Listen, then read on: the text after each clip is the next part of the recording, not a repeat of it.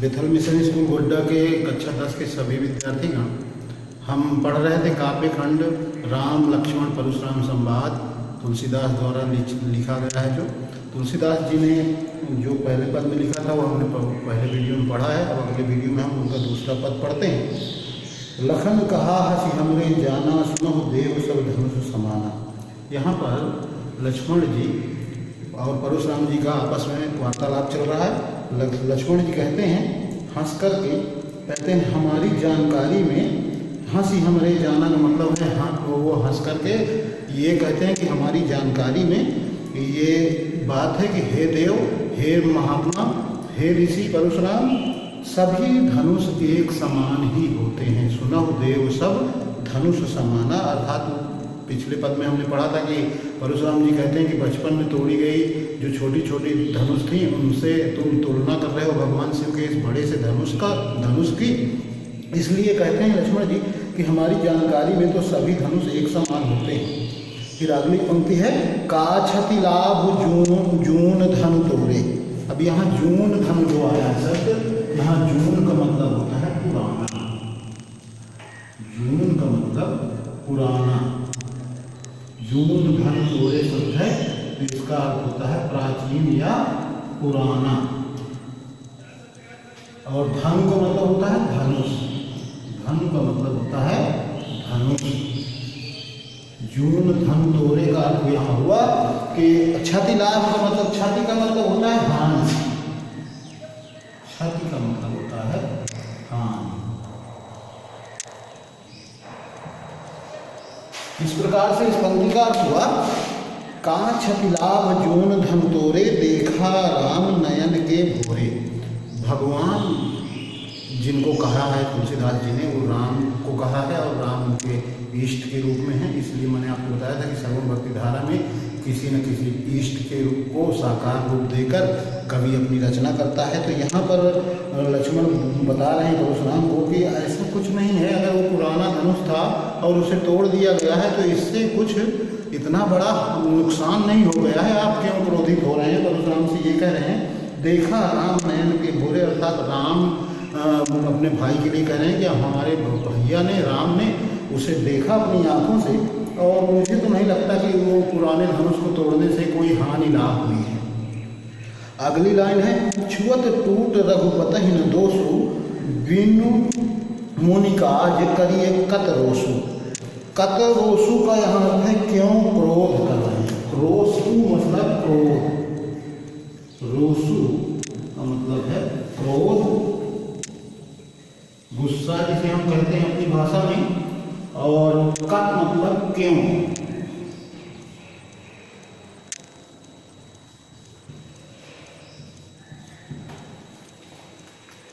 तो हम पंक्ति का अर्थ समझते हैं। कहते हैं छुअत टूट रघुपति न दोषु। कहते हैं लक्ष्मण जी कि हे मुनिराज, हे परशुराम, भगवान राम जो मेरे बड़े भाई हैं उन रघुपति, उनके लिए शब्द आया, रघुपति भी उन्हें कहते हैं। तो कहते हैं छूते ही उनके, छुअत टूट मतलब रघुपति ने जैसे ही छुआ और टूट गया, इसका उनको कोई दोष नहीं है।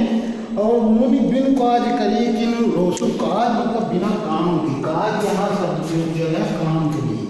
काज का अर्थ है कार्य या काम, कार्य। अब कहते हैं मुनि बिनु काज करिए कत रोसु, अर्थात बिना किसी काम के, बिना किसी कारण के आप क्यों रोसु। अब मैंने बताया रोष यहाँ क्रोध के लिए कहा गया है।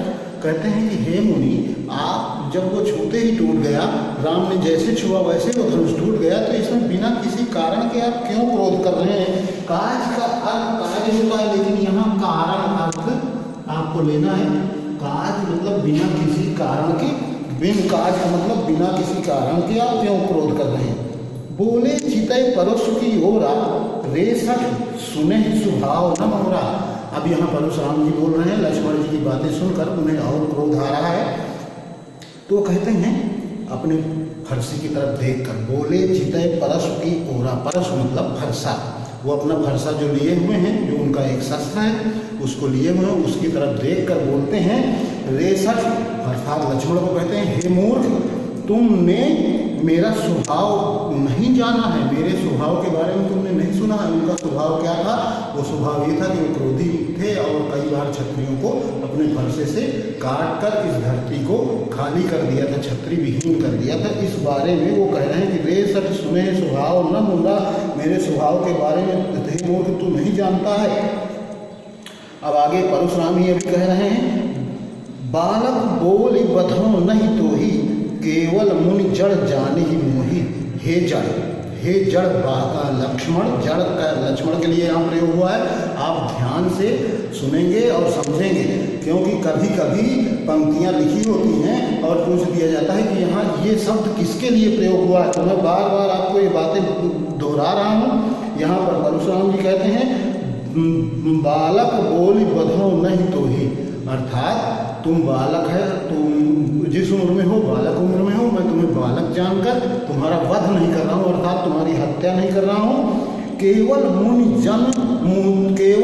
जड़ जाने ही मोही, इसका अर्थ है तुम मुझे केवल ऋषि महात्मा ही समझ रहे हो। हे मूर्ख, हे जड़ लक्ष्मण, मुझे मोही का मतलब मुझे केवल तुम मुनि ही जान रहे हो। हे मूर्ख लक्ष्मण, बालक बोली बधो नहीं तो ही, तुम्हें मैं बालक जानकर है नहीं मार रहा हूँ। आगे अभी परशुराम ही कह रहे हैं लक्ष्मण से, बाल ब्रह्मचारी अति कोही, विश्व विदित क्षत्रिय कुल द्रोही। यहाँ बाल ब्रह्मचारी अपने आप को परशुराम बता रहे हैं। वो कहते हैं कि मैंने अपना जीवन पूरा ब्रह्मचर्य व्रत में बिता डाला है। मैं बाल समय से ही ब्रह्मचर्य व्रत को धारण करने वाला हूँ। मेरी विशेषता है कि मैं बहुत क्रोधी हूँ और बाल ब्रह्मचारी हूँ। इस लाइन में कहते हैं विश्व विदित मतलब संसार पूरा जानता है। विदित का मतलब होता है प्रख्यात, विश्व मतलब संसार, विश्व विदित का मतलब संसार में विख्यात। विश्व विदित, विश्व विदित का मतलब संसार में विख्यात, अर्थात पूरे संसार को ये बात जानकारी में है। संसार में विख्यात, विख्यात का अर्थ होता है कि सब लोगों की जानकारी में जो बात होती है उस बात को साहित्य में विख्यात शब्द से जाना जाता है।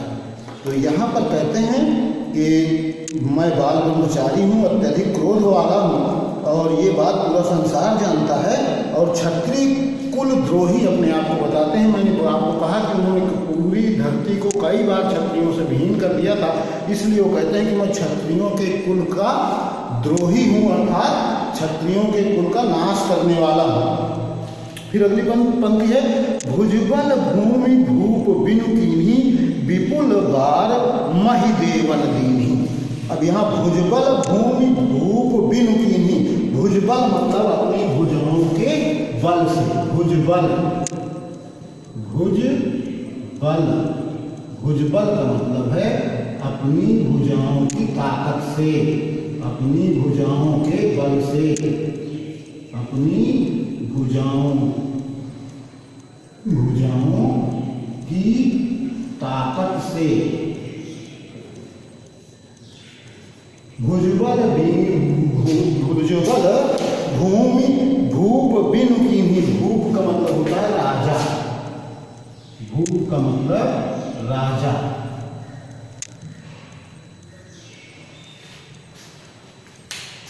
भूप शब्द के लिए यहाँ बहुवचन में प्रयोग किया गया है भूप शब्द। विपुल बार महि देवन दीन्ही, विपुल मतलब अनेक बार, विपुल का मतलब अनेक, विपुल मतलब है इसका अनेक। तो हम इस पंक्ति का अर्थ समझ लेते हैं। कहते हैं परशुराम लक्ष्मण से कि भुजबल भूमि भूप बिनु कीन्ही, विपुल बार महि देवन दीन्ही। महि देवन मतलब महि धरती, महि देवन का अर्थ होता है, महि का मतलब होता है धरती, और देवन का मतलब देवता। तो यहाँ पर महि देवन दीन्ही का अर्थ होता है धरती के देवता। महि देवन, देवन का मतलब है धरती के देवता अर्थात ब्राह्मण, धरती के देवता। आप ब्रैकेट में मैं लिख देता हूँ ब्राह्मण, यहाँ अर्थ यहाँ ब्राह्मण से है।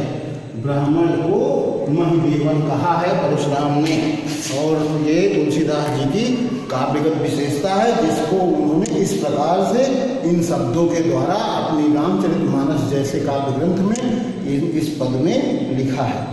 तो कहते हैं विपुल बार महिदेवन दीही, मतलब अनेक बार मैंने क्षत्रियों को या राजाओं को इस धरती से अपनी भुजाओं की ताकत से उनसे घूम छीन ली, अर्थात उनको नष्ट करके उनका राजपाट छीन लिया।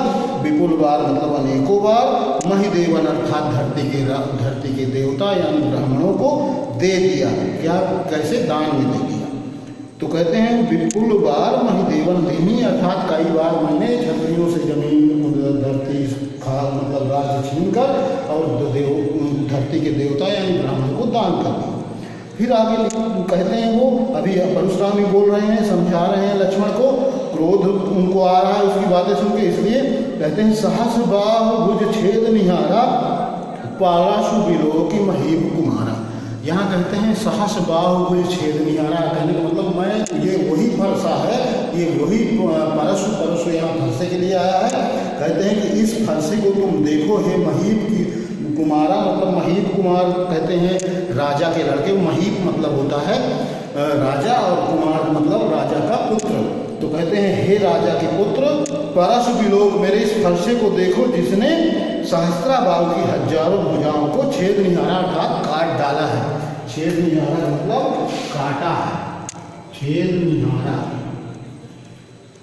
छेद निहारा, छेद निहारा मतलब काटना।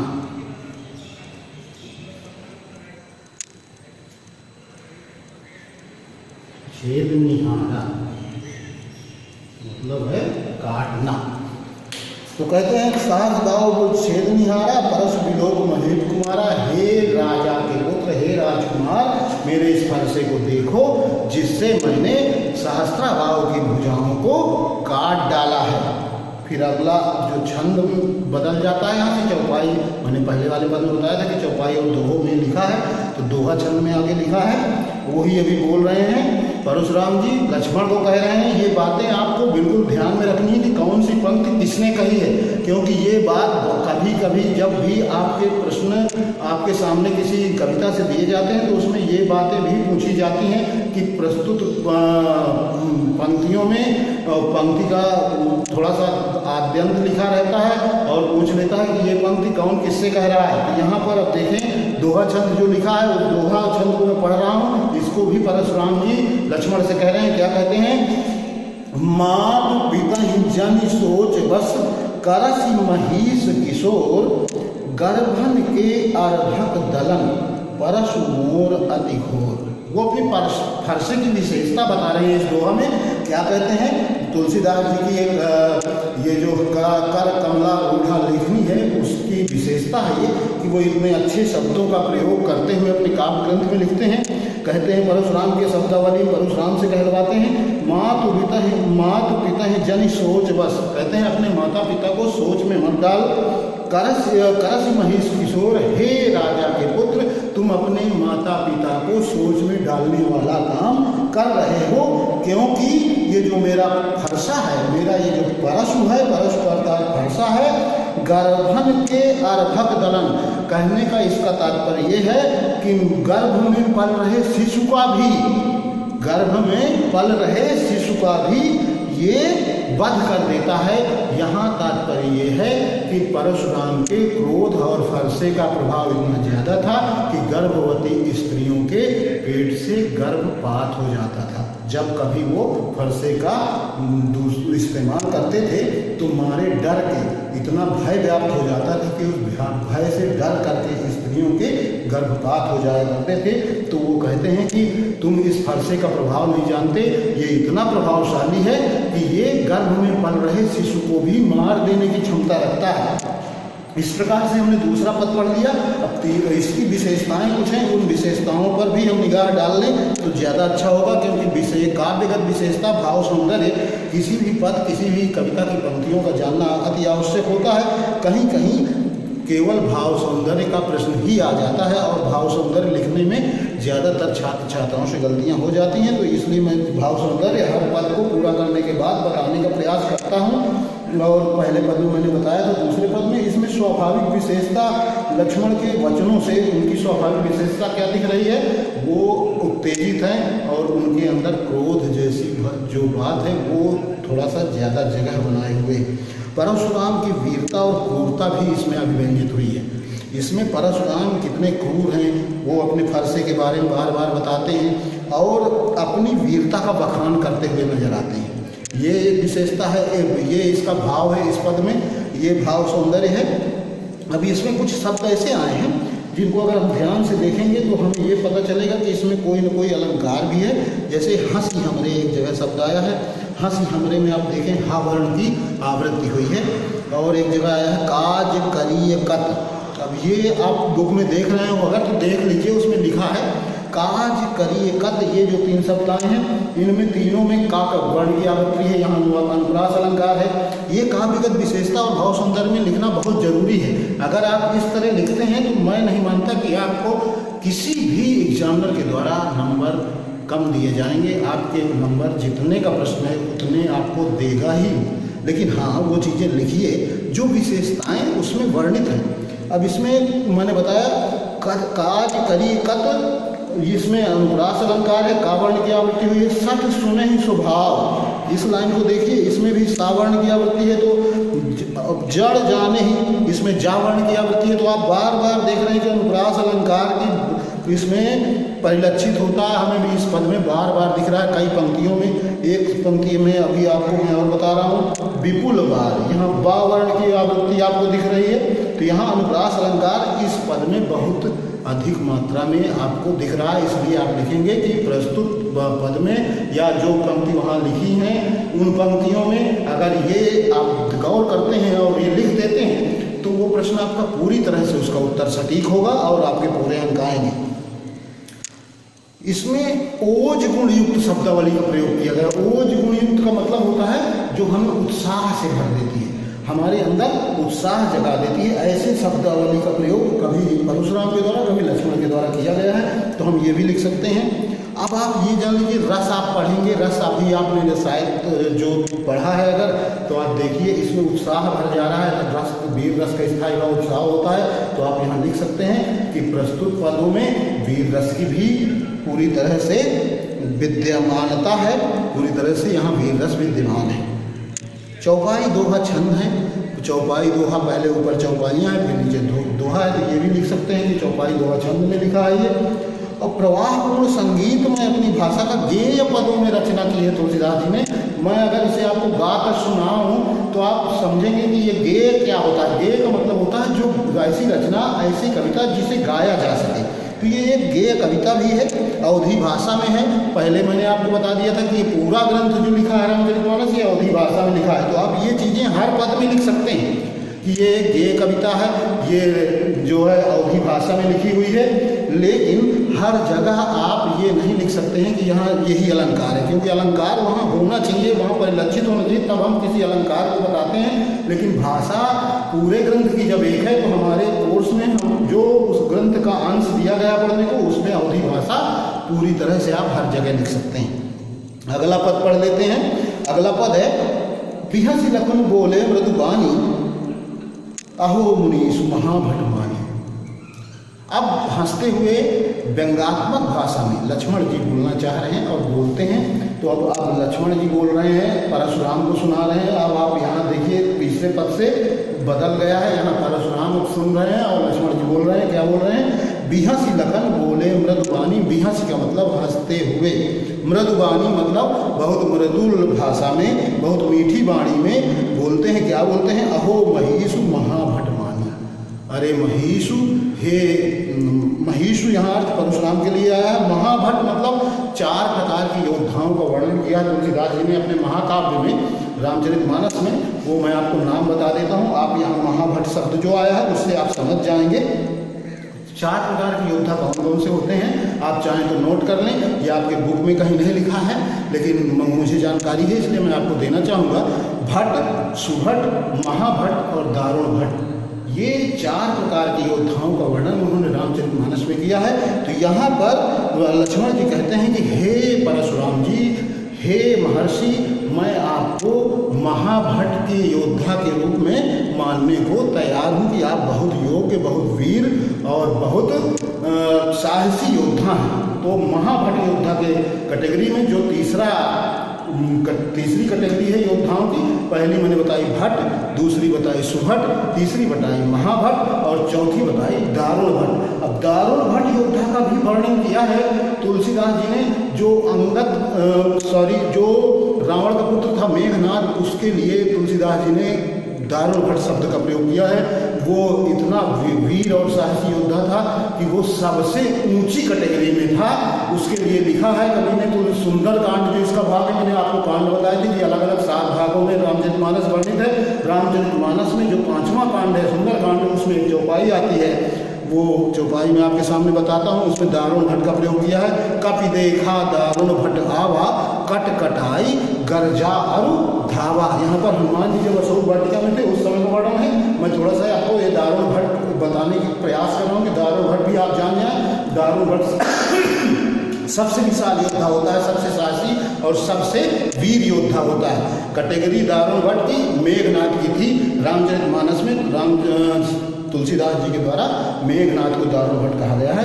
यहाँ पर लक्ष्मण के द्वारा रामचरितमानस में तुलसीदास जी ने परशुराम को महाभट्ट बताया है। तो वो कहते हैं लक्ष्मण कि अहो मुनीषु, हे मुनियों के अधिपति अर्थात मुनियों में श्रेष्ठ, मैं आपको महाभट्ट कैटेगरी का योद्धा मानता हूँ।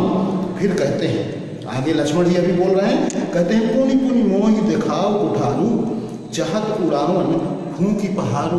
अब यहाँ पर कहते हैं पुनि पुनि मतलब बार बार। पुनि पुनि का मतलब है बार बार। पुनि पुनि यहाँ मतलब है इसका बार बार। पुनि पुनि बार बार। कुठारू मतलब हर्षा। कुठारू कहते हैं पुनि पुनि मोहि दिखाओ कुठारू, चाहत उड़ावन हूँ की पहाड़ू। तो कुठारू का मतलब है हर्षा।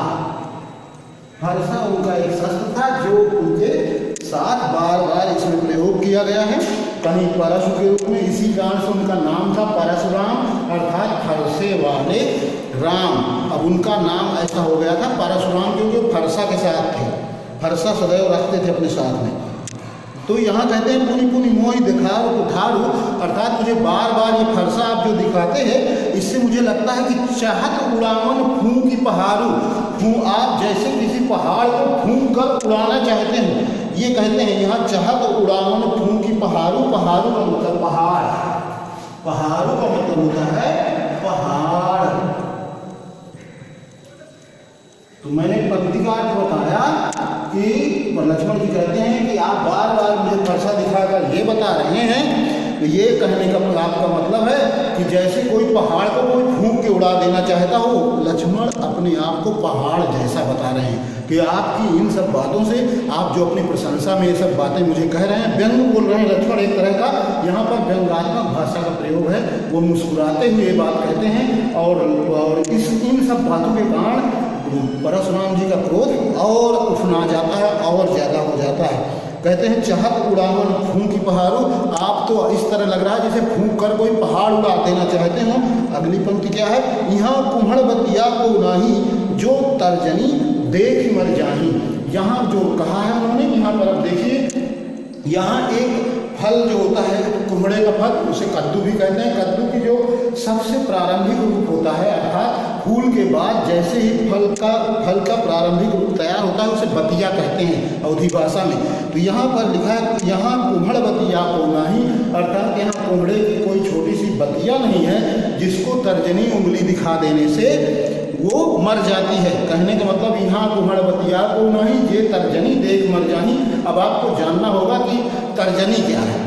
ये हमारी 5 उंगलियां हैं। 5 उंगलियों में इस अंगूठा जिसे हम कहते हैं, इसको साहित्य में अंगुष्ठ कहते हैं और इस उंगली को मैं आपको दिखाने का प्रयास कर रहा हूँ, इसको तर्जनी कहते हैं।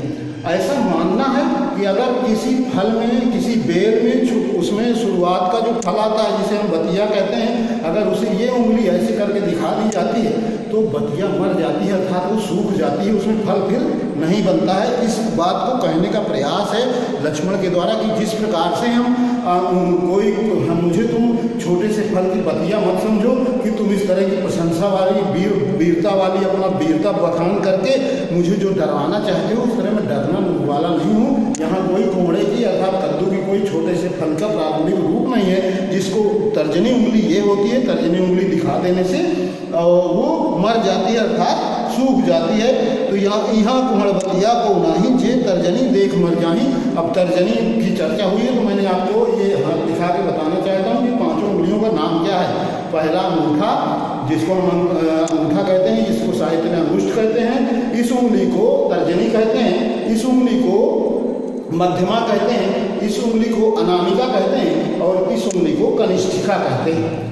आप भी आगे आने वाले समय में कभी किसी को ये बात अगर जानकारी आपको होगी तो बता सकते हैं। इसमें इस उंगली की बात की गई है, ये उंगली होती है तर्जनी उंगली। अगर इसे किसी भी फल के प्रारंभिक रूप की तरफ ऐसे करके दिखा दिया जाता है तो ये ऐसा मानना है कि इस उंगली का इतना दुष्प्रभाव होता है कि वो फल की बतिया मुरझा जाती है अर्थात सूख जाती है। तो यहाँ पर वो कहते हैं कि मैं कोई कोहड़े की बतिया नहीं हूँ कि मुझे आप उंगली तर्जनी उंगली दिखाकर सुखा सकते हो अर्थात खत्म कर सकते हो। फिर कहते हैं देख उठार सरासन बाना, मैं कछु कहा सहित अभिमाना। अब यहाँ पर कहने का उनके तात्पर्य ये है लक्ष्मण जी के, अभी लक्ष्मण जी ही बोल रहे हैं, कहते हैं आप जो ये आए हो एक ऋषि होने के बाद भी आप कुठार यानी फरसा मैंने आपको बता दिया है। देख कुठार सरासन बाना, सरासन का मतलब होता है धनुष। मैं आपको शब्दार्थ भी लिख रहा हूँ, इनको आपको बिल्कुल ध्यान देना है। इनके बिना आप सही अर्थ नहीं लगा सकते, इसलिए मैं बार बार मेहनत करने का प्रयास कर रहा हूँ और इन शब्दार्थों को आपको याद करना होगा, इनको आपको नोट करना होगा। सरासन का मतलब होता है धनुष। बाणा, बाणा जो लिखा है बाण के लिए लिखा है, बाणा, बाणा मतलब बाण। तो कहते हैं परशुराम को लक्ष्मण जी कि आप जो ऋषि होने के बावजूद अब फरसा, धनुष और बाण ये सब जो लेके आए हैं, इसको जब मैंने देखा तो मैं कछु कहा सही का अभिमाना। मैंने जो कुछ भी कहा वो अभिमान के साथ कहा, क्योंकि मुझे आप क्षत्रिय दिखे, आप मुझे एक योद्धा के रूप में दिखे, इसलिए मैं अभिमान के साथ बहुत कुछ बोल गया। भृगुसुत समुझी जनेऊ बिलोकी, जो कछु कहा हो सही ऋष रोकी। अब यहाँ कहते हैं कि भृगुसुत समुझ जनेऊ बिलोकी, जब मैंने आपको भृगुसुत जाना अर्थात भृगु नाम के ऋषि का पुत्र जाना तो मैंने आपका जनेऊ देखा। बिलोकी मतलब देखा, बिलोकी का मतलब होता है देखा। और ब्राह्मण को आप जानते हैं कि ब्राह्मण एक जनेऊ धारण करता है। उस जनेऊ को जब उन्होंने, ऋषि अक्सर कपड़े नहीं पहनते हैं तो उनके शरीर में ये तो दिख रहा था, कुठार मतलब फरसा, बाण, धनुष ये सब दिख रहे थे, उसी तरह वो जनेऊ दिख रहा था। तो जब उन्होंने जनेऊ देखा, लक्ष्मण कहते हैं कि मैंने जब जनेऊ देखा आपका तो जो कछु कहो ऋषि रोकी। फिर जब मैंने कुछ कहा तो अपने क्रोध को रोक कर आपसे कहा, क्या कहते हैं, सुर महिषुर हरिजन अरुगाई। सुर का मतलब देवता, महिषुर का मतलब ब्राह्मण। यहाँ आप सुर का अर्थ होता है देवता, महिषुर मतलब धरती के देवता मतलब ब्राह्मण। मैंने महिपति अभी वहाँ आपको बताया था, महिदेवन। तो यहाँ महिषुर शब्द आया है जो ये भी ब्राह्मण के लिए आया है। महिषुर का मतलब ब्राह्मण। एक शब्द आया हरिजन।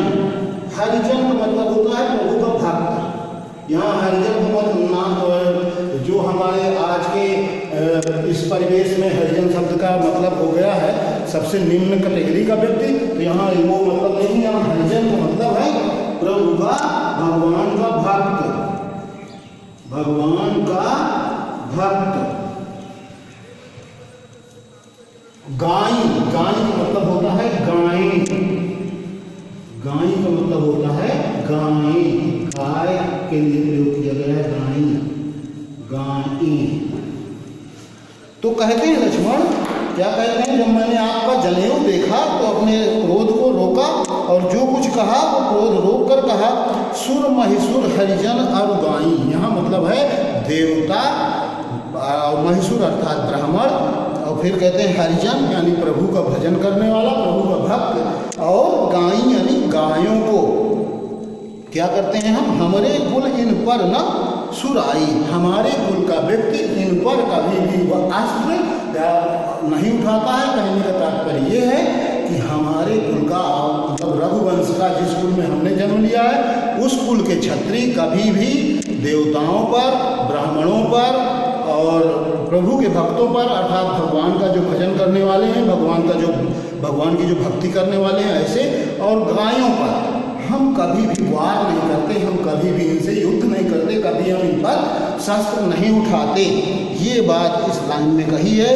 ये लाइन बहुत ही महत्वपूर्ण है। इस महत्वपूर्ण लाइन है जिसे लक्ष्मण द्वारा परशुराम के सामने कहा जा रहा है। वो जब उनका जनेऊ देख लेते हैं तो ये कहते हैं कि मैं पहले तो क्रोध में था क्योंकि आपका रूप क्षत्रिय जैसा बना था, आप धनुष बाण लेके आए थे, आप फरसा लेके आए थे, लेकिन जब मैंने आपका धनुष और बाण फरसे के साथ जनेऊ देखा तो मैं समझ गया कि आप क्या हैं, महिषुर हैं अर्थात ब्राह्मण हैं। इस वजह से मैं अपने क्रोध को रोक रहा हूँ। और बताते हैं कि मैं क्यों ऐसा कर रहा हूँ, क्योंकि देवता, ब्राह्मण, गाय और प्रभु के भक्त या प्रभु का भजन करने वाला भगवान का भक्त, उन पर हम कभी भी शस्त्र नहीं उठाते हैं, उनसे हम कभी युद्ध नहीं करते हैं, उनसे हम कभी नहीं लड़ते हैं। फिर आगे कहते हैं बधे पाप व कीरत हारे मानत हूँ पापा परिय तुम्हारे। अब कहते हैं इनका वध करने से, बधे पाप व कीरत मतलब जो अपकीर्ति फैलती है, हमारी निंदा फैलती है समाज में, उसके कारण हम लोग ये काम नहीं करते हैं। और क्या करते हैं, फिर आगे कहते हैं कि मारत हूँ पापरिय तुम्हारे, अगर मुझे मारते भी हैं आप तो मैं आपके चरणों में पड़ा हुआ हूँ। पापरिय, पा मतलब पैर, चरण, पा मतलब पापरिय मतलब पैरों में पड़ा हूँ। पापरिय, परि मतलब चरणों में, पैरों में मैं आपके पड़ा हूँ। अगर आप मारेंगे भी तो भी, मारत हूँ तो मतलब मारने पर भी, चरणों पर मैं पड़ा हूँ, ऐसा अर्थ है। कहने का तात्पर्य ये है लक्ष्मण के कि अब मैं जान गया हूँ कि आप ब्राह्मण हो, तो आप क्रोध में मुझे मार लोगे भी तो मैं आपके चरणों में ही गिरा रहूँगा, अर्थात मैं उसका प्रत्युत्तर क्रोध से अथवा शस्त्रों से नहीं दूंगा।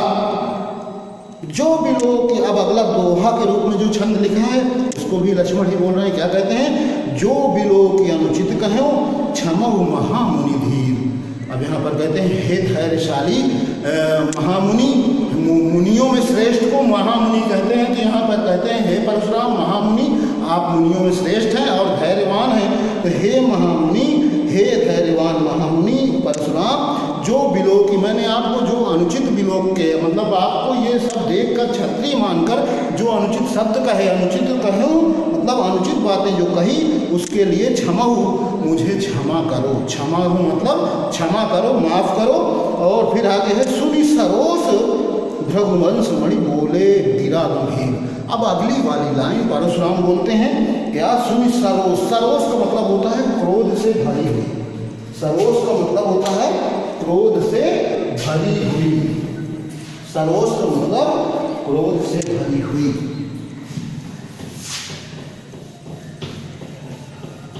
सरोस का मतलब होता है क्रोध से भरी हुई। और बोले गिरा गंभीर, गिरा का मतलब होता है वाणी। सरोस, बोले गिरा गंभीर। सरोस का मतलब है क्रोध से भरी, क्रोध युक्त, क्रोध युक्त।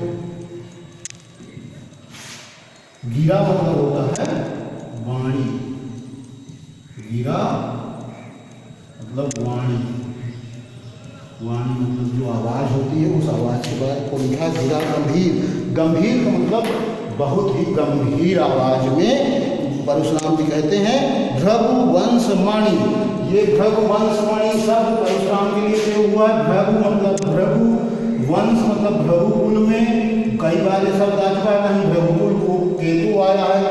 अभी ऊपर आपके वो पहले वाले पद में आपने देखा एक शब्द आया था भृगुसुत, यही इसी पद में ऊपर एक चौपाई में आया था कि वहाँ भृगुवंश लिखा है, भृगुवंश मणि, इसका शाब्दिक अर्थ होगा भृगुकुल, भृगुवंश के मणि अर्थात परशुराम। परशुराम के लिए शब्द आया भृगुवंश मणि। कभी कभी पूछ लेता है प्रस्तुत पंक्ति में भृगुवंश मणि कौन है या किनके लिए प्रयोग हुआ है, तो ये आप लिखेंगे भृगुवंश मणि परशुराम के लिए प्रयोग हुआ है, क्योंकि वो भृगुकुल से थे और भृगुकुल में सबसे प्रसिद्ध, सबसे वीर, सबसे साहसी व्यक्ति थे, इसलिए उन्हें भृगुकुल की भृगु परिवार में मणि के रूप में बताया है रामचरितमानस में तुलसीदास जी ने। तो यहाँ प्रयोग हुआ है भृगुवंश मणि। तो यहाँ कौन बोल रहे हैं?